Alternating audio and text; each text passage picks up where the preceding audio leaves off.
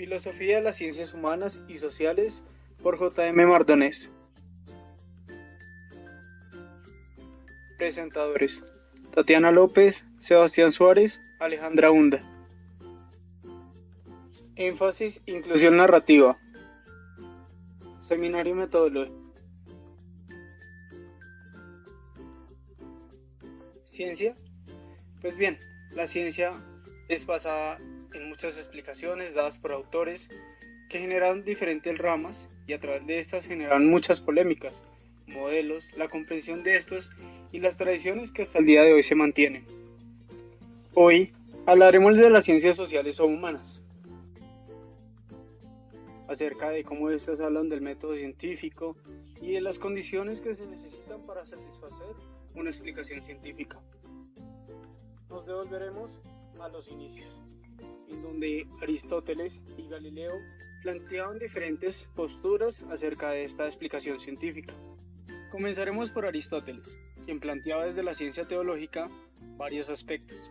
El primero de ellos es que se debía ajustar desde la observación. Se planteaba un método inductivo, el cual contenía en obtener principios explicativos a partir de los fenómenos que se han de explicar, y un método deductivo, el cual consistía en deducir enunciados acerca de los fenómenos a partir de las premisas que incluyan o contengan principios explicativos. Aristóteles planteaba que se debían de tener en cuenta 4 aspectos para la causa de un fenómeno. El primero de ellos era la causa formal, el segundo la causa material, la causa eficiente y por último la causa final.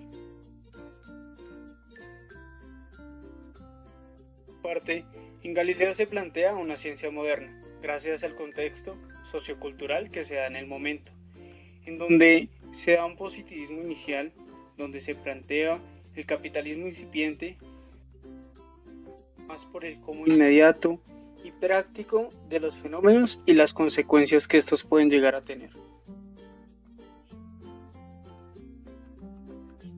Galileo también hace una matemática que se planteaba Pitágoras, hipótesis causales. La revolución copernicana en la ciencia. La primera polémica.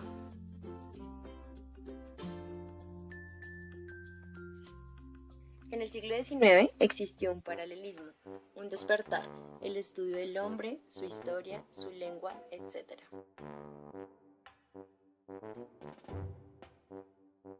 En este momento de la historia se da el boom de los estudios culturales, sociales y humanos. Es un reto para el hombre, según Kant.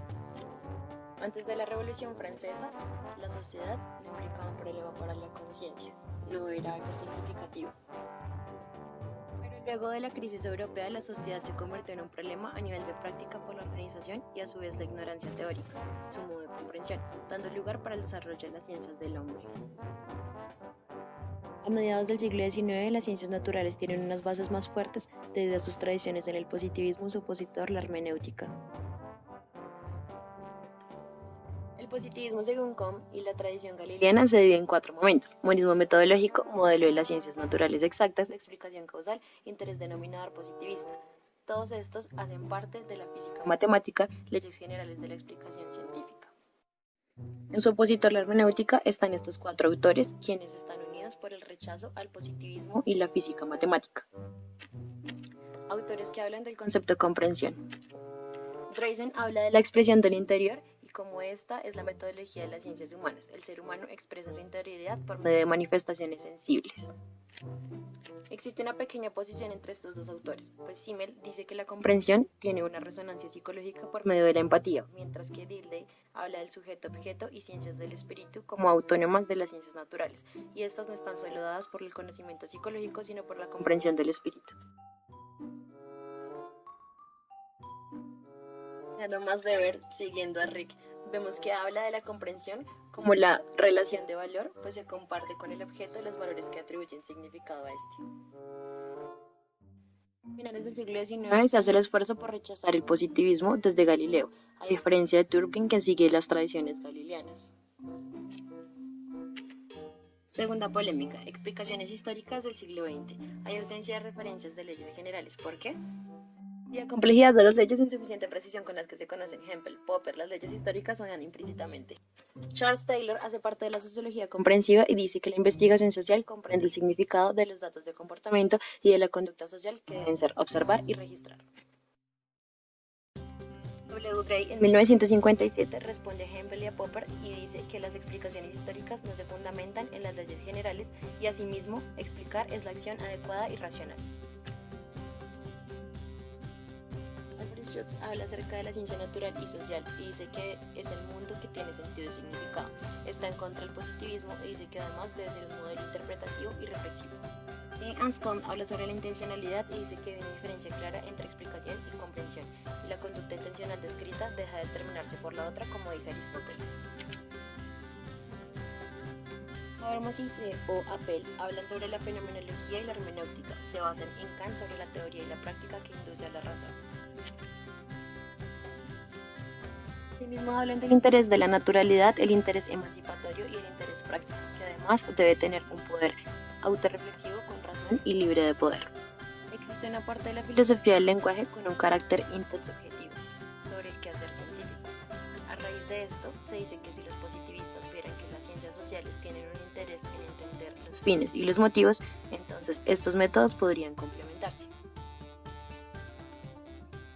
Modelos lógicos normativos diferentes de los modelos históricos procesuales.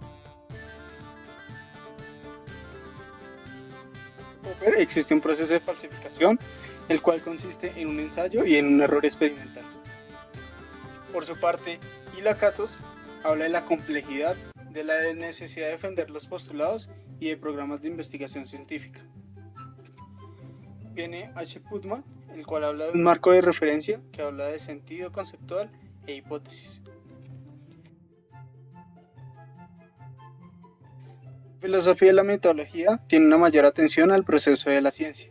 No hay división entre el contexto de descubrimiento y de justificación, según Reichenbach.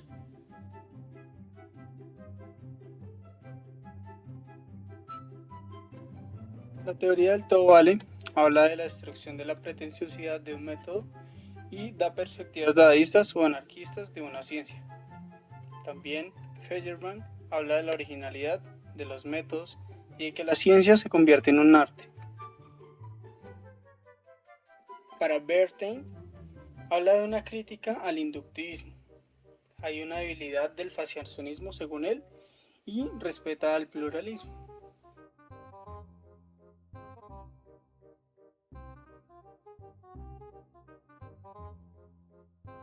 A continuación se realizará una relación con el énfasis teniendo en cuenta los puntos principales destacados por los autores del texto Filosofía de la Ciencia, enmarcando al adulto mayor como la población principal. La primera polémica que se da entre la hermenéutica y el positivismo se sitúa al siglo XIX. Se hará una comparación entre el siglo XIX y el siglo XXI. En el siglo XIX se dio el paralelismo del estudio de las ciencias naturales y las ciencias humanas, preparándose de esta manera el estudio del hombre y su historia. Hablando ya del siglo XXI, se habla de la historia de Colombia y el auge que existe en este momento por la memoria para que la historia no se repita. De esta manera, también surge la emergencia en el énfasis por mantener y hacer memoria en los adultos mayores. No se repitan acciones o por el contrario sean un ejemplo a seguir. Citando a Droysen, donde habla de la expresión del interior y cómo esta es una metodología de las ciencias humanas, cómo el ser humano expresa su interioridad por medio de manifestaciones sensibles, podemos llegar a usar la herramienta reflejar, que es el parafraseo, pero en sentimientos, cómo se destaca el sentimiento del mensaje que nos puede llegar a proporcionar el adulto mayor.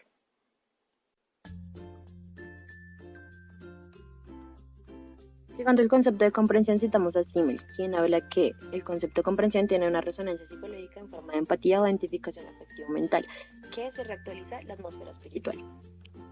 Llegando al silogismo práctico de quien nos habla Anscombe, existen tres momentos. Primero, la meta de acción, que en este caso es lograr realizar una biografía del adulto mayor. Segundo, el acto que conduce al fin, que en este caso sería usar las herramientas de escucha activa, empatía, respeto, atención, parafraseo, resumen, entre otros. Tercero, el empleo de dichas herramientas para de esta manera llegar al fin.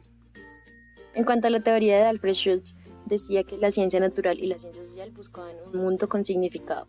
reflexivo e interpretativo, relacionándolo con el énfasis se busca que el mundo de los adultos mayores tenga un significado y un sentido para sus vidas, estando así en un modelo interpretativo tomando su historia de vida.